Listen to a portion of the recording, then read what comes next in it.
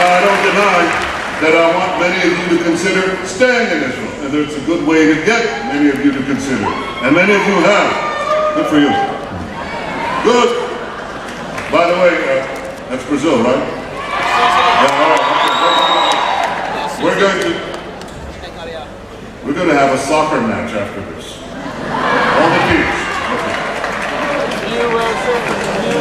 What I want to do is to have young Jews from everywhere who want to come to Israel because I think this can dramatically help us strengthen Jewish identity. And strengthening Jewish identity is critical for our common future. For 2,000 years, our people were not a sovereign people. Without sovereignty, we lack the single most important element for self-preservation. That's the ability to defend ourselves. Without sovereignty, we lack self-defense. And without sovereignty and without the power of self-defense, our numbers remain small. You know, we were about 7 million people at the time of the Roman Empire. We constituted more than 10% of the population of the Roman Empire. You know how many Jews there should be in the world today? If you project, 300 million. The world will never be able to manage 1 billion Jews. No, well, we would have been several hundred million, but we number 12 million. And if you look at other ancient peoples, many of them disappeared. But those who survived, like the Chinese or the Indians, there are a little more than 12 million Chinese and Indians in the world. So our numbers did not grow because we lacked sovereignty. We lacked in India. We lacked in China. We were screwing all over the world. And for 2,000 years, we've been striving to get back to our ancestral homeland and rebuild our sovereignty and connect with our fellow Jews worldwide. So we Jews were small in size, but we were armed with a strong identity. And somehow, through this strong identity, we weathered the storms of history, the storms of our history. And then 62 years ago, a remarkable thing happened. It was the remarkable national rebirth in which we restored our sovereignty, in which we transformed our destiny.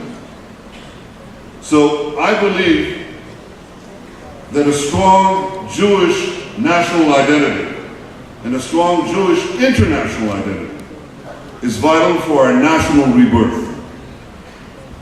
And I think it won't be any less vital to secure our future.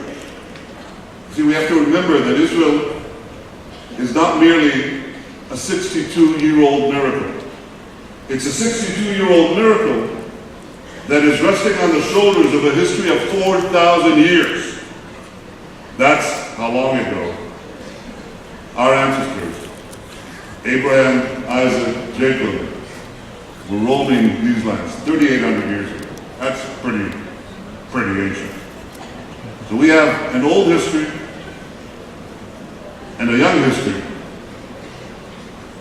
And it's important for me that in the course of your travels here, that you acquaint yourself with this. Because you only know where you're going if you know where you came from. And our goal on this trip and on the future trips of Birthright is not simply to learn about Israel.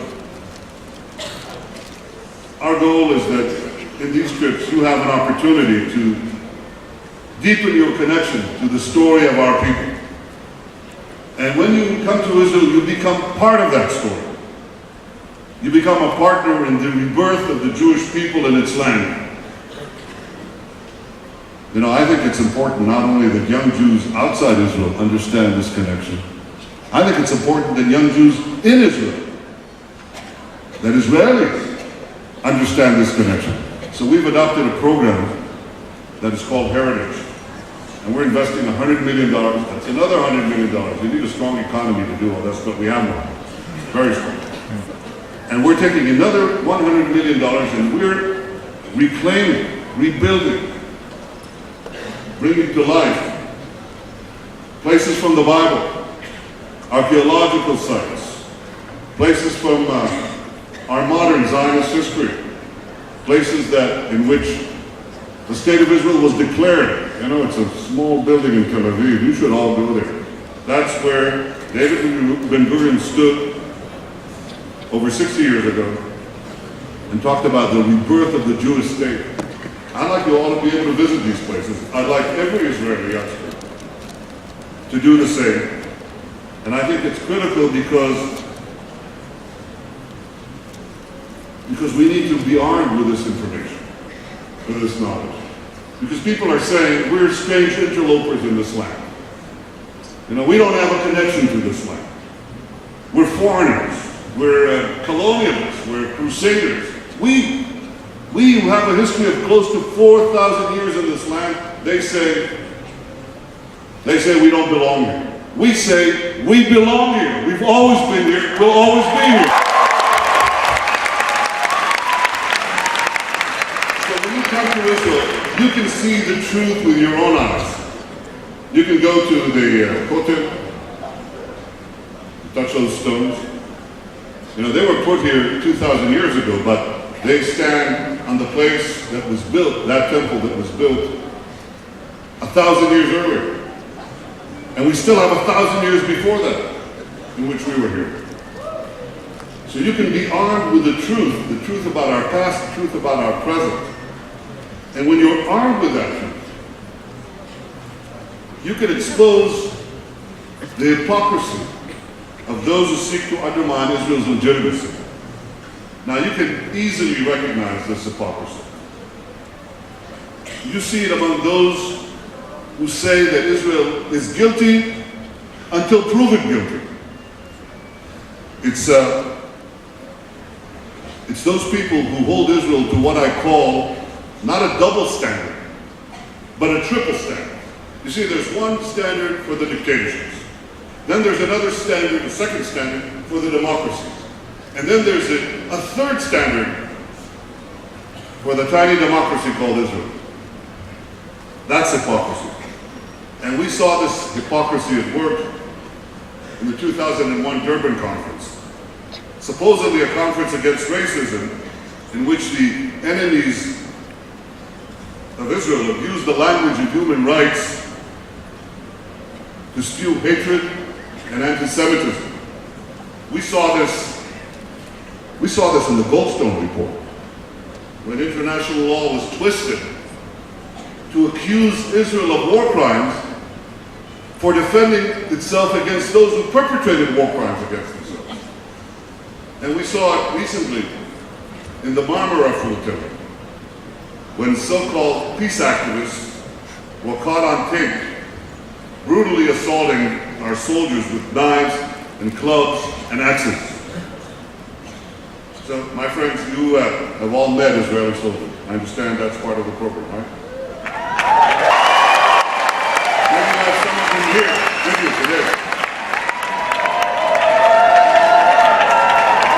Now, these young men and women, they stand on Israel's front lines.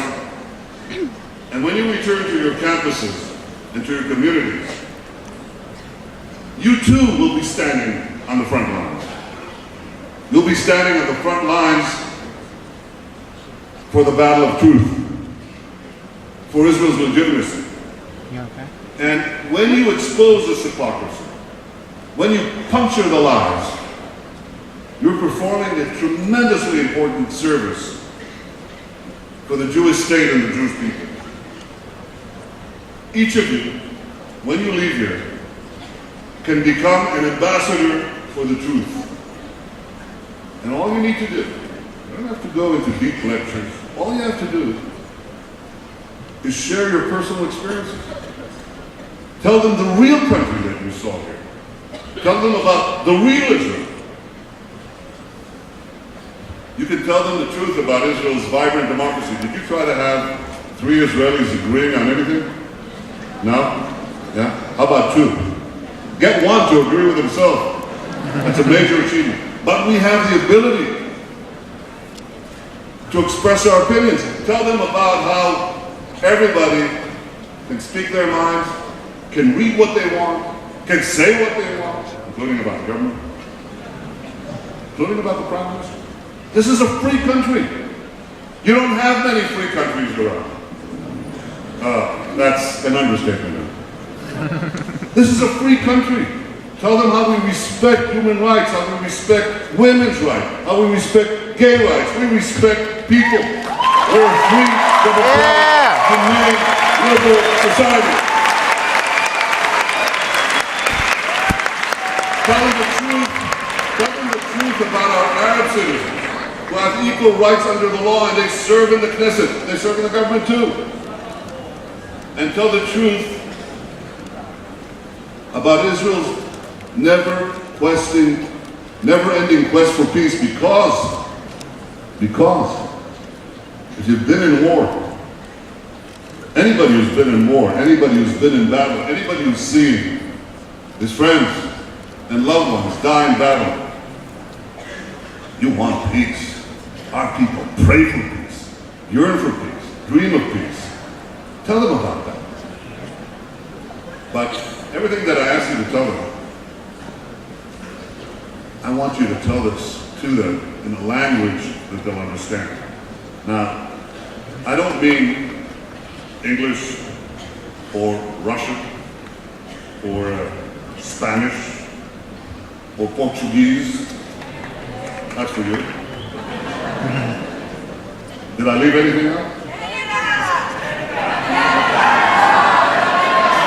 Stand here.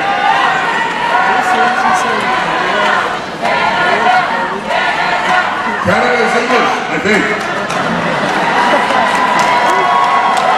Well, Canada. Now, I don't mean all these languages. And I don't mean just the language of truth. I mean, you speak Twitter. You speak Facebook. You speak YouTube. So, you have a skill that I've just demonstrated that no politician has. If you speak Twitter, you have the ability, what you want to say, in 140 characters or less. That's a tremendous skill. Use it. Use it. Tell the truth. That's what I ask you. So you've come to Israel for a wonderful visit, but now we need you. We need your energy, and you have a lot of energy. We need your commitment. We need your passion. We need you to stand up for Israel. We need you to stand up for the Jewish people. We need you to stand up for the truth. And looking at you, I know you'll meet this challenge. Thank you. Welcome once again to Jerusalem.